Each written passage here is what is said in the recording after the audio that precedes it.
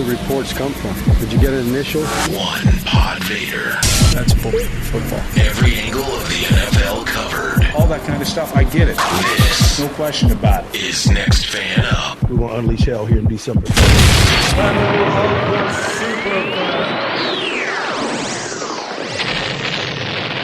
Oh, hey, it is I, Josh, your Detroit Lions superfan, and I am back with a SuperFan battle here for Week 4 in the NFL with none other than our Kansas City Chiefs superfan, Nick. Nick, thanks for hopping on, sir. How are you? Of course, I'm doing very well. And in fact, I'm doing even better because I saw an interesting fact this week, which is that Patrick Mahomes, weirdly, in his pro, college, and high school career, has never played in the Dome up until this game, at least not in a meaningful game. The one time he played in the Dome was in Atlanta last year in the preseason where he threw that crazy pass. It was 80 air yards or something like that. So I'm sorry, Josh, but we're going to have to break some records. We're going to score 70 this weekend. Man, I certainly hope not. I know I'm definitely a little bit frightened to learn that factoid on the old Twitter machine today.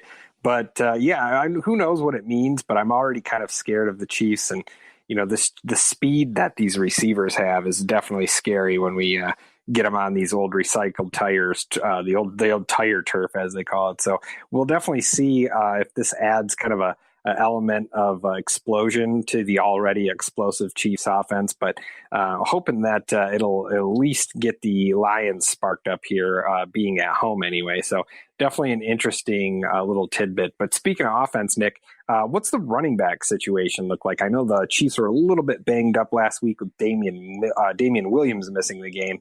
And I know McCoy left the game injured. I don't even think I saw him in the fourth quarter last week. What's the running back room look like health-wise this week for the Chiefs? Yeah, I'm not sure that we're going to see Damian Williams. He basically didn't practice all last week. McCoy, he has his ankle that I think he just sort of tweaked during the game. We're recording this still early in the week, so it's kind of unclear. But I think there's a good chance that McCoy is still going to play. I kind of get the feeling that, they pulled him when the Chiefs were up 30-13 in the fourth quarter. So it's like, fine, well, your day is done, LaShawn. Right. But, I think those guys are kind of interchangeable in the offense. And as long as at least one of them can take some of the carries, I think they're fine. And honestly, the way that they've been playing, they've been just about the pass happiest team in the league in terms of percentage of passes versus runs. And most of those runs have come in the second half when they're up multiple scores, or, they'll just throw in a few little ones, when they're facing light boxes. I think they realize that with their talent at quarterback, the plays that Andy Reid is drawing up and, this the kind of embarrassment of riches in terms of their pass catchers, that they're always going to be more efficient. They're always going to be getting more out of throwing the ball, unless the team just is unless they're trying to run out the clock, or the team is just sort of like begging them to hand it off. Yeah, that makes a ton of sense. And Lions are getting pretty lucky here, facing the Chiefs without Tyreek Hill and possibly without Williams or McCoy or, both. I would expect one of those guys to play for sure, though. But we are coming off a game where we didn't have to face Deshaun Jackson or Alshon Jeffrey against the Eagles. And in week 2, we didn't, or week 1 rather, we didn't have, Hunter Henry available for the Chargers. So it's definitely interesting because I think the key to shutting down the Chiefs' high-powered offense here for the Lions is going to be a game plan similar to what we saw last week against those Eagles. They were able to take away Zach Ertz completely out of the game.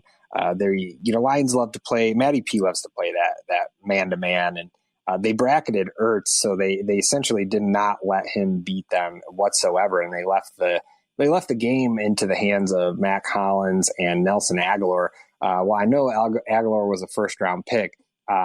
He had a couple very iffy plays, a considerable drop that's well known, at this point with all the Philadelphia Fire Hero pub that's been kind of going around on social media. But it's definitely a nice formula to have a chance at winning this game.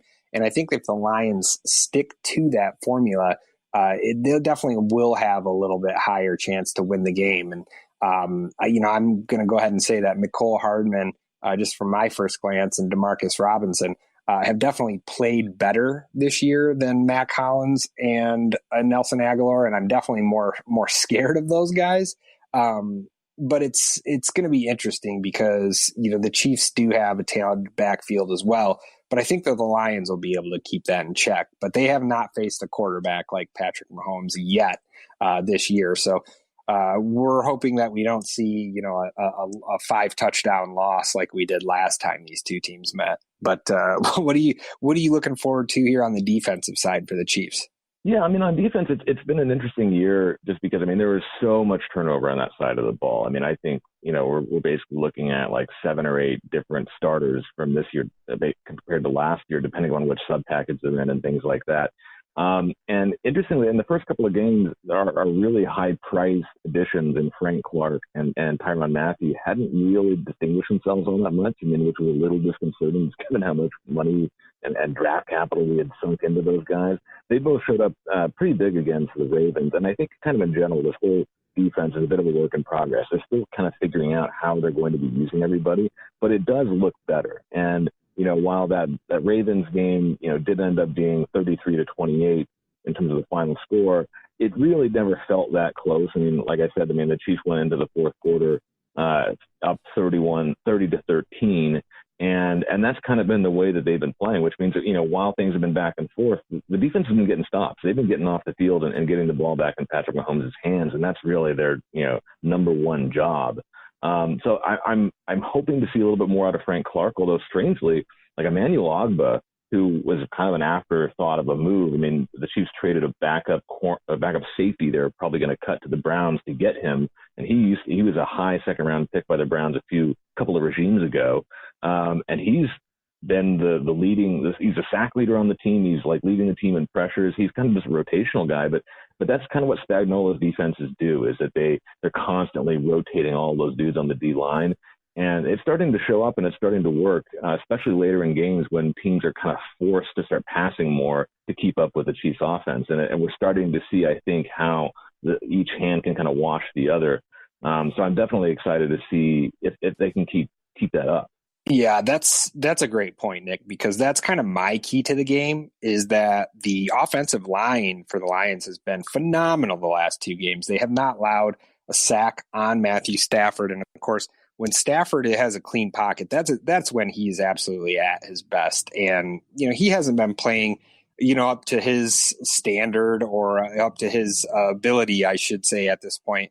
But, there's a lot of room to grow for this Lions offense, but the key is going to be to keep him upright this week. And that's really our only chance that we have, I feel like, to win the game. The D line, like you mentioned, kind of, being a strength of the unit. I think the secondary is where the Lions might have a chance to kind of make some hay and exploit the Chiefs, if you will. But it's going to be tough because the run game on offense is really going to have to slow this game down. I know the Lions do typically play a little bit slower pace, and the Chiefs, of course, can score points in bunches. And there's no surprise that any game that Kansas City is going to be, a very high projected point total. Of course, this week, no different, Nick. Our 2 squads are going into this game as the highest point total here over from our guys out in the desert, 53.5 as we record, and it's Chiefs by 6 points. So basically, a little less than 7 here. And, I wouldn't be surprised to see if this line does get bet up a little bit more in that direction, maybe a 7.5. I'd be surprised if it did go past that, to be honest with you, because I am kind of in the camp thinking that the Lions being at home is going to be a little bit of an advantage. I think they could force the Chiefs to play a little bit ugly game. That's what the Lions have played all of the first 3 weeks, is just absolute slogs. And I mean, they've came through and, they've been victorious in 2 out of the 3, but luckily we haven't caught an L quite yet. So hoping that this is not the first one, but I think a real pivotal issue is going to be the health of Darius Slay. And, I got to be honest with you, Nick, as much as I want to see the Lions beat the Chiefs, I do think this game is a little more winnable than people think. But I would love to just see Darius Slay sit for this game. That's really going to hamper our chances to come out with the W. But I mean, honestly, I think as a Lions fan, you want to make sure that your Pro Bowl corner is going to be fully healthy coming into week 6 after we have our bye in week 5. So to give him 2 full weeks plus to rest this hammy, I mean, I think that's a formula to have success later in the season, which is something that us Lions fan are really starved for, my friend. Yeah, no, I mean, I think that makes sense. But, it's interesting you mentioned that sort of the hope that you're going to be able to play some ball control, run the ball effectively on the Chiefs and things like that. I mean, that's been the game plan of all 3 of the teams the Chiefs have faced so far this year. And I do think it's the right way to attack it. I think also John Harbaugh had the right idea of just being aggressive going forward on a lot of 4th downs, try to extend those drives as much as you possibly can, go for some 2-pointers, even if you're not going to get them, just knowing that the other side is going to be able to score almost at will.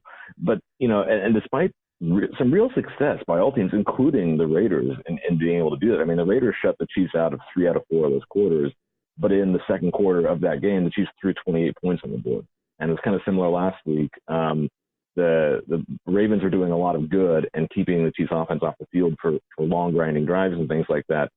But the Chiefs still scored 23 in the second quarter of that game too. And it's just like, any time you sputter a little bit, the Chiefs are just going to run out to a giant lead. And I think for the Lions, I think that may be game plan 1, but you have to have a plan B. You have to have some sort of a plan for catching up once you get down a couple of scores against the Chiefs, because it's likely to happen.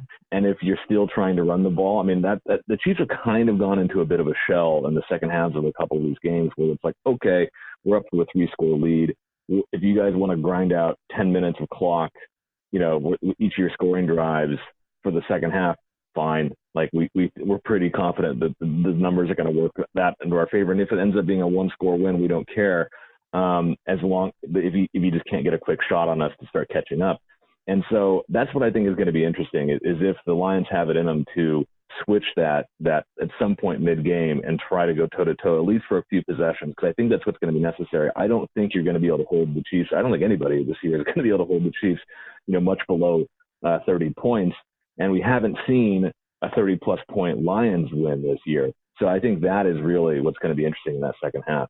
Yeah, and that's the point total that's expected right now for KC as we record is right there on the 30 burger. So this is going to be interesting, my friend. I mean, the Lions do have some talented pass catchers, and they would be able to put up some good garbage time points if in fact they were playing from behind like most people expect them to. But getting rid of CJ Anderson and having a room full of pass catching running backs is definitely, it's nice to have that versatility, and it's nice to know that we do have that type of personnel if we do get in that type of situation. We just haven't needed it quite this year, which is kind of crazy to say, but we've had a lot of good luck and a lot of fortunate penalties that came at bad times for our opponents, and we've had our share of miscues. But I definitely, without a doubt, think it's going to come down to getting a little bit of those balls to bounce our way here this week if the Lions really do want to pull out a win here, which of course they want to, but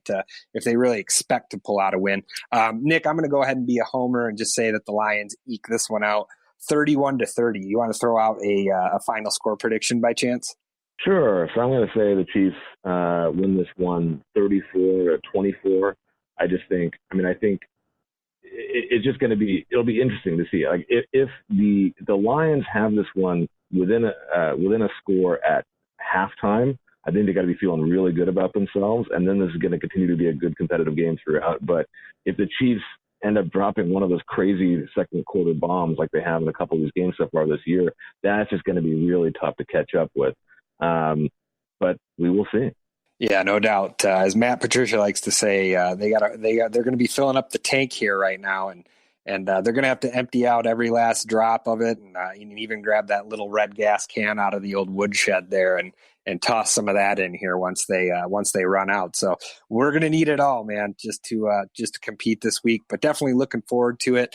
Probably the game of the week here in a lot of people's eyes. So it's nice to have the Lions in the spotlight, Nick. Appreciate you hopping on and talking through this one here in this week 4 matchup. Anytime. Always a pleasure.